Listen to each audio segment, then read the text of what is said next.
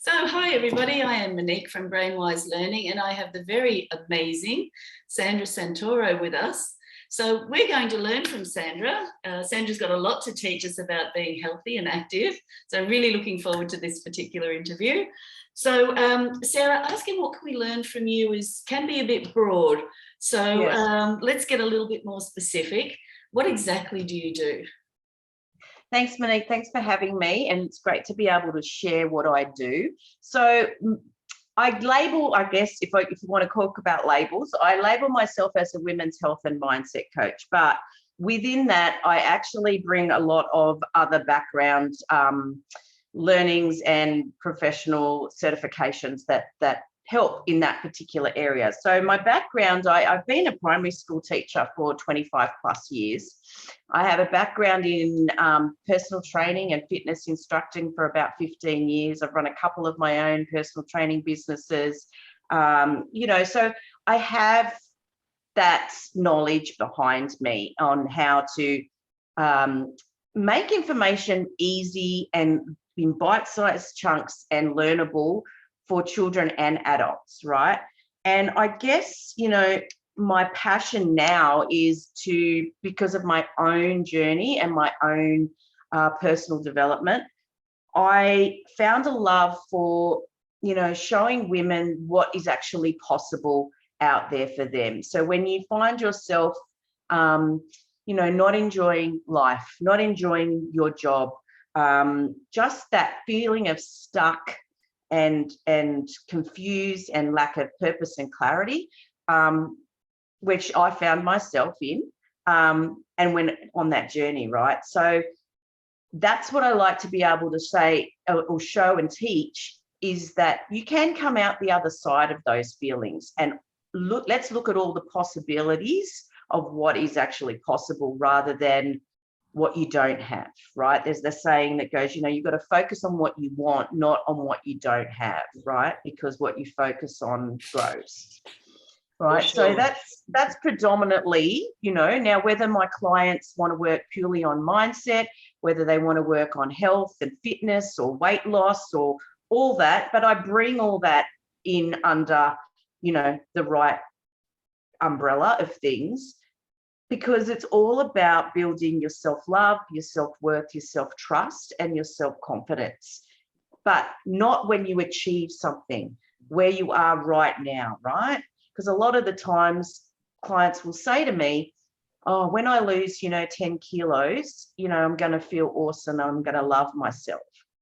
Or when I find the right partner, my life will be great. Or when I have my first child, or when I get that promotion. And what I want to take away from that, I used to be that person, right? Me too. Right? And I'm sure a lot of people that are watching this can relate. Yes. But what happens is that actually stunts us from actually achieving that goal. We're not taking back our power. And the way that we do that is by developing the love that we have for ourselves, where we are right now in the present moment.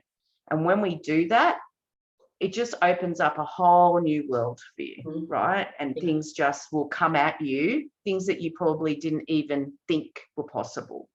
Yes. So yeah, that's pretty much me in a nutshell.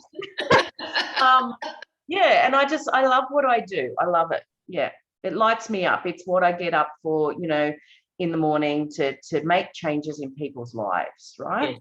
Yeah, and it's marvelous too, because I'm very focused on skill building, and it's amazing how you've been able to bring all those skills that you've learned throughout your life from different areas, from school, from health, from instructing and so on, and you bring all those things together to help build other people up. And that's a wonderful point to come to in life. It really is. Yeah, absolutely. Awesome. I was going to ask you, the next question was why, but you've done that. I've kind of done that, right? Yes, I've kind of done that. And that's one of the amazing things about being in coaching and helping other people. That it's lovely to hear about how people get really lit up by helping other people. It's just so much of what we need at the moment too. Absolutely. So are you able to share a story about a client that you've worked with, obviously with respect to confidentiality? Of course. So, I've worked with clients, as I said, that have a lot of those, I guess, self-confidence and issues in terms of, and self-trust, right? And those non-empowering things that we say to ourselves on a daily basis, like, oh, I can't do this, I'm incompetent, I'm not worthy, I'm not enough, right? And they all stem from usually childhood or something along your path line that has been said or done, and we've made it mean a truth, right? And then what happens in our brain is that we actually start to believe it because we tell ourselves this, and then the unconscious mind will look for validation of that belief, right? Yeah, well, I know from my work with the neuroplasticity, every time you repeat something, and even that goes down to the thought level, you're laying down neural pathways for that. And that's how Absolutely. it becomes a belief, because you're making that pathway stronger and stronger. So absolutely, better to wire and without even more positive. Yeah, well, that's right. And without even realizing, the unconscious mind just takes that path of least resistance, right? Because it's that road that's traveled on. But when you've got to learn new things, and like you would know, you've got to, make a way, clear the stuff, make a new pathway till that becomes the road that you use, right? That's right. So with this particular client, I'm thinking of when I first started with her, the biggest thing in our first session that she realized was that she actually had the control and the power to change what she believed. She had thought that this is the belief that she had about herself, and that was it.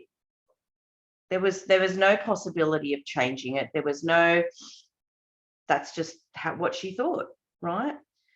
But until we unpacked it a little bit further, and I explained some things to her and said, that you actually have choice.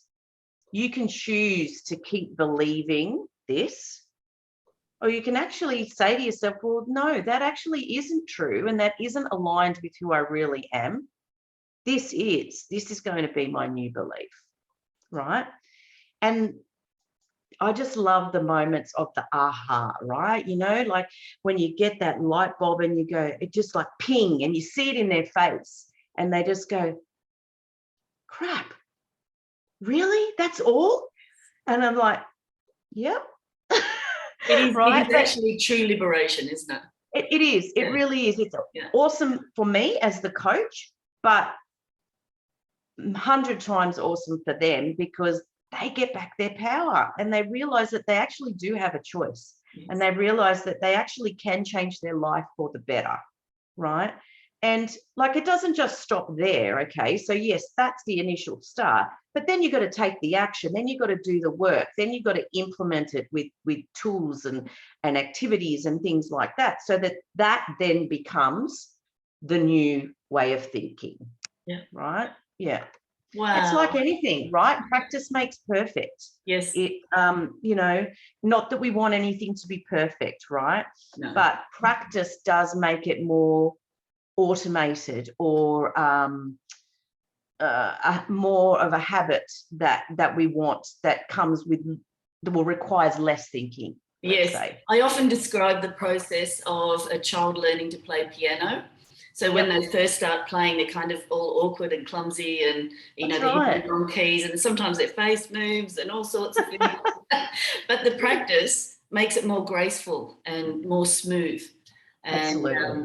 And that is with process. Everything that you apply. You apply that to everything. Anything new is awkward and clunky at first. And if we expect that, it lets us off the hook, doesn't it? Because we don't have to look so good. Yeah, that's right. And I always try to set my clients up for, you are not going to get this straight away, right? You are going to find times where you're going to struggle, but that's part of the process. That means you're on the right track, right? Yes. Right? So it's very exciting when you see those moments with clients, and very, very, very rewarding on both levels. Okay, so this might be a good point to ask this particular question. What is the legacy that we will learn from you? Wow. I guess, because I'm a mum of 4 girls, so, you know, I feel like it's my role here, or my purpose here, to show them what is possible, by, you know, having that perseverance, that determination, that tenacity to go for your goals. And I guess in that, I bring that into what I do with other women. And so the legacy, I guess, that I would like to leave for people is to be remembered as that person that, you know, showed people what was possible in their life, but also that, you know, they are more capable than they realize, right?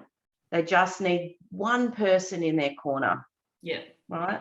And it, you know, the world's their oyster, so to speak, right? That's right. That's right. Yeah. Oh, Sandra, that's beautiful. That is absolutely beautiful. I love that. Thank you. If anybody wants to work with you, and who couldn't, like who could not work Thank with you. you? Well, how can we get in touch with you?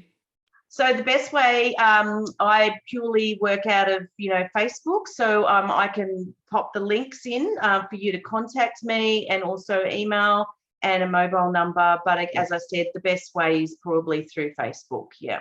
Beautiful, beautiful. Well, listen, that's been absolutely fabulous. Thank you so much for sharing that with me. It's I love sharing my joy of learning, and you know, you're a great teacher. So Thank you so much.